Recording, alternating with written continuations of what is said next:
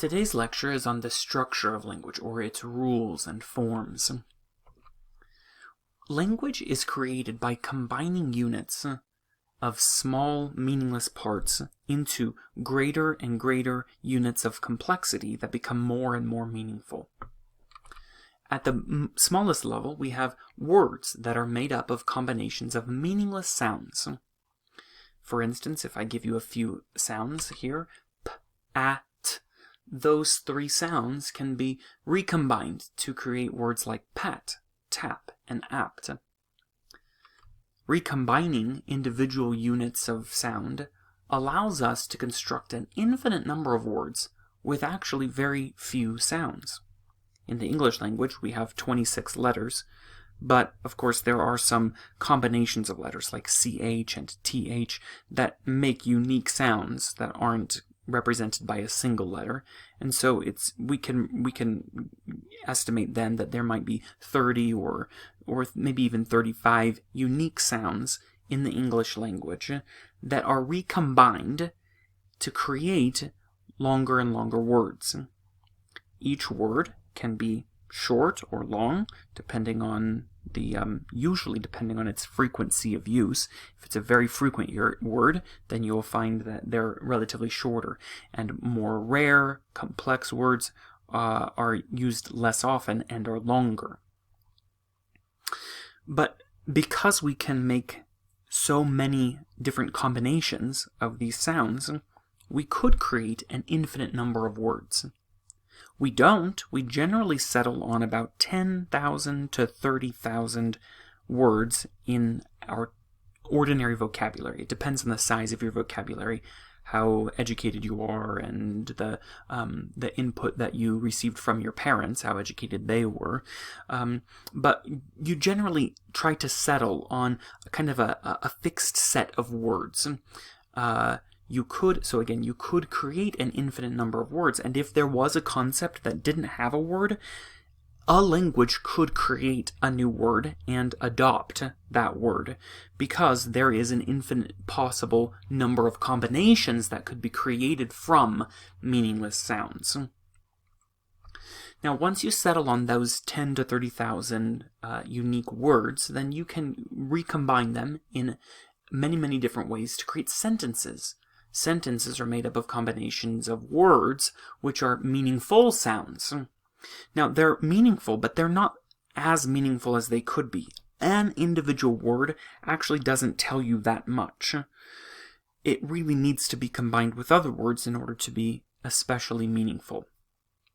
So, you could take, for instance, Jennifer, birthday, promised, bake, Simon, to, cake, and a, and you could create a couple different sentences with this. You could say, Simon promised Jennifer to bake a birthday cake, or Jennifer promised Simon to bake a birthday cake. But given that limited list of words, those are about the only two sentences you could create.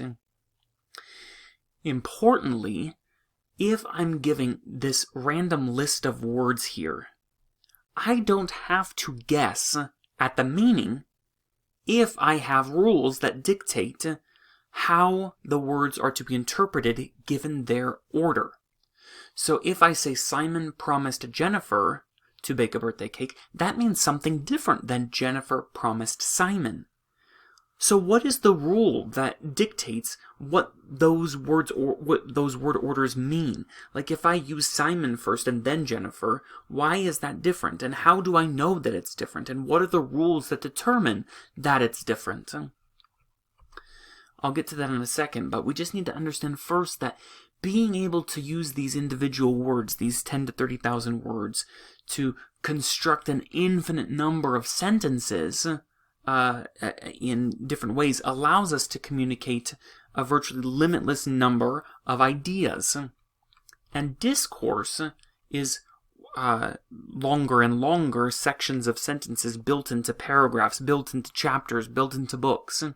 Discourse is made up of combinations of sentences, which allows us to communicate an infinite number of ideas. Now, it's important before we move on that we understand the utility of using this kind of combination of smaller units into bigger units. If you had, for instance, an idea like I want to go to the store.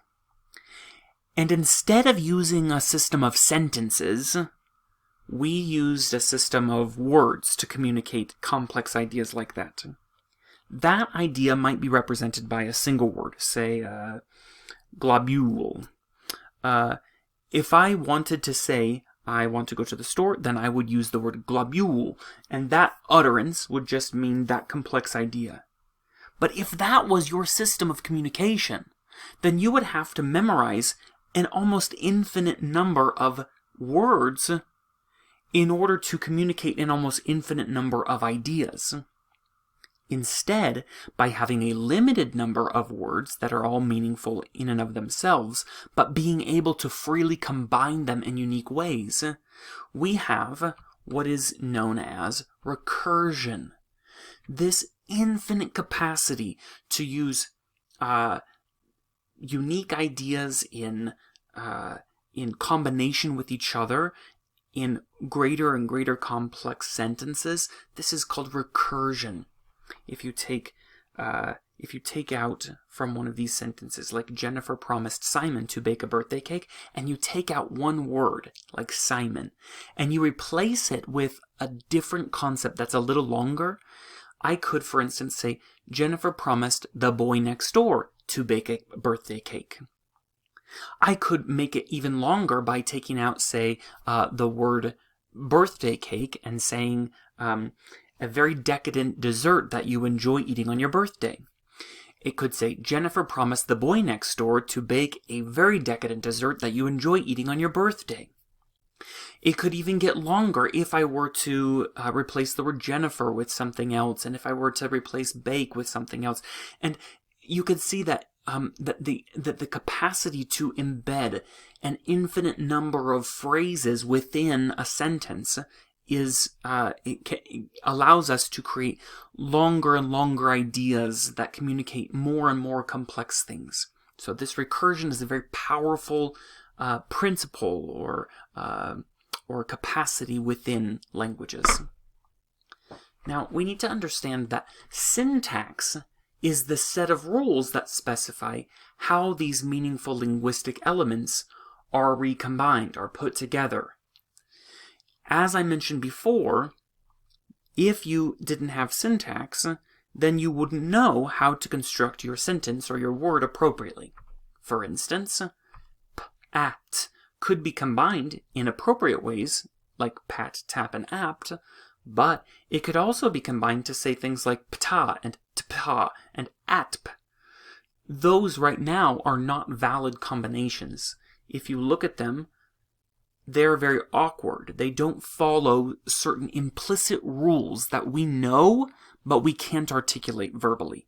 Like, we just know that those don't feel right. Even the word apt is actually a little bit strange for us, and we use it relatively infrequently because it's a little more awkward. It doesn't follow the traditional patterns of words in our language, but it's more acceptable than something like tapa. As an example, if you had these words, you could, without syntax, create any combination of words to create a sentence. It could be something like Simon, Jennifer promised bake a birthday cake too. To bake, Jennifer, Simon promised a birthday cake. Or even something absurd like promised to a cake bake, Jennifer, Simon, birthday. And the recipient of that language, the hearer, the listener, would have to just infer or guess what was being intended by that random combination of words, because those words wouldn't be interpreted in any particular order. It would be like word salad. But because we do have rules, we know that those are not valid sentences, and some of those words are not valid words, because there are rules that dictate what are acceptable forms of words, what are acceptable forms of sentences, and what are acceptable forms of discourse.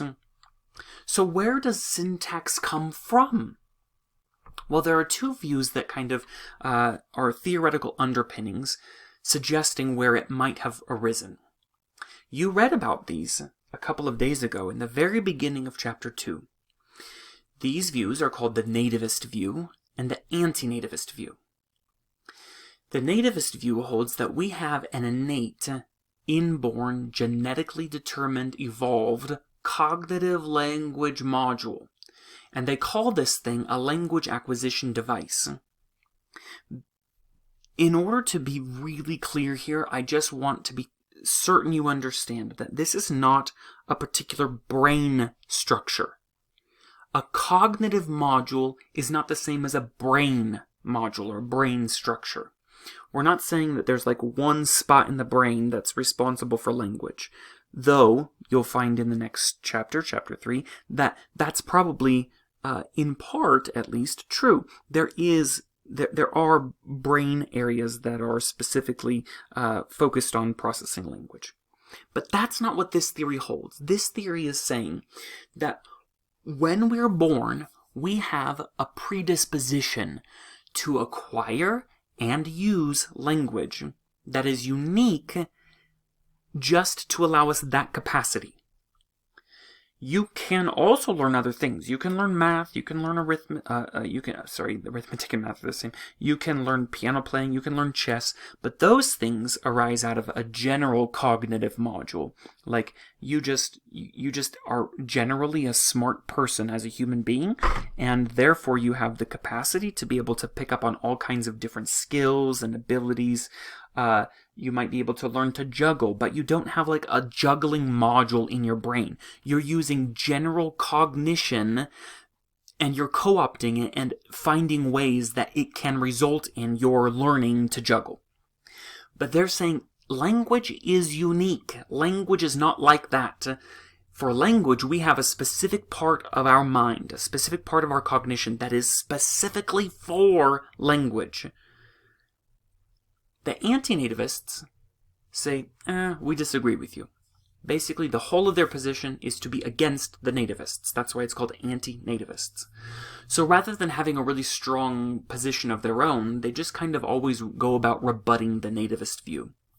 Their view is that we acquire languages using our massive general intelligence. So the same way that you learn to play the piano, and the same way that you learn math, and the same way that you learn chess, and riding a bike, and juggling, etc. That's the same way that you learn language. You're just a very smart thing as a human being.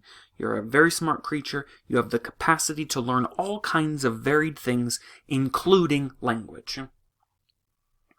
Now again, just to be clear, the nativist view is not that we are born with knowledge of a specific language. That would be foolish because we know that when young children are adopted by parents of another culture, they learn that new parent's language, not the one that was their biological parent's language. So it would be silly to say that they're born with like Chinese language in them, and then when they go to America, they would just like randomly start speaking Chinese even though their parents are teaching them English. That's not it. Nativists hold that whatever language your parents are feeding you, whatever language they're giving you input, you have kind of a skeleton structure in your mind that is allowing you to pick out the pieces of that language and fit them into an already pre-structured grammar. Like an already capable, kind of just a framework for understanding and acquiring that language. Now, despite feeling intuitive, it's my opinion that there's actually very little evidence for this view. It seems like when you look at a young child, their linguistic capacities, the speed at which they develop them, the aptitude with which they use them, are far beyond other kinds of things they learn. They can learn math, they can learn chess, they can learn riding a bike, but they learn them much later. And you have to explicitly teach them, whereas with language, they just pick it up. And that seems magical. But as we go through the text, we're going to learn that there's a lot of interesting predispositions that children have in a general way, in a general level, that allow them to be able to pick up on language that might not be language-specific modules in their mind, but that allow them to pick up language because they have such a strong pressure to communicate. Now, before I go on, I just want to make clear that there are other names by which this theory is known. These two theories are known. The nativist view is sometimes also called the language as innate view. And the reason for that is because they view language as an innate, inborn, genetically fixed kind of thing that will arise in all children because it's part of their development. Just like an elephant grows a trunk or a bird grows wings, with enough language input, a child will grow language. The anti-nativist view, on the other hand, is sometimes called the language as tool view, because, hearkening back to what you read in the text, they compare language to the development of an arrow in society after society, where in order to hunt meat and obtain protein, a solution that is highly viable and used time and time again is the invention of a bow and arrow. You create an arrow time and time again, even though there's not some part of you that is genetically predisposed to solving this problem with an arrow. It's just such an obvious, such a good solution for this problem that it gets reinvented over and over and over again. In that same way, they say language gets evolved or created or invented over and over and over again as a tool to solve the communication problem because it's such a good solution. And so those are the two other names by which you'll see these theories called. Now, to give you some examples of the kinds of evidence that these two views will use in favor of their position, the nativists will say things like, babies miraculously acquire language without explicit teaching. You don't have to tutor and train a child, they just somehow pick it up in the course of their everyday life. Anti-nativists, on the other hand, will say things like, babies receive more input than we knew in the past and are better able to learn from that input from their parents, so it isn't actually miraculous. In almost every instance, the argument that you'll see from the anti-nativists is just a rebuttal to the nativist perspective. Nativists will make some assertion, and anti-nativists will say, yeah, but no. And so you'll see that as I juxtapose the arguments for both of these theories against each other, you'll see that the nativists will make an assertion and the anti-nativists will rebut. It will seem to you, as you go through the table that I have in Canvas, that each of those rebuttals is like the anti-nativists have the last word. I don't intend for that to be the case. Just because they're presented in the second column and they kind of have the last word doesn't necessarily invalidate the nativist perspective.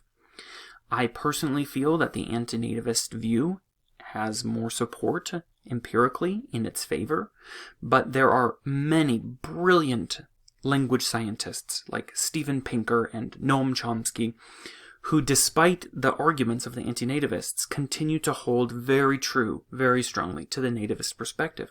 So both of these theories are equally valid in the scientific literature, and the debate across them is unresolved as of yet.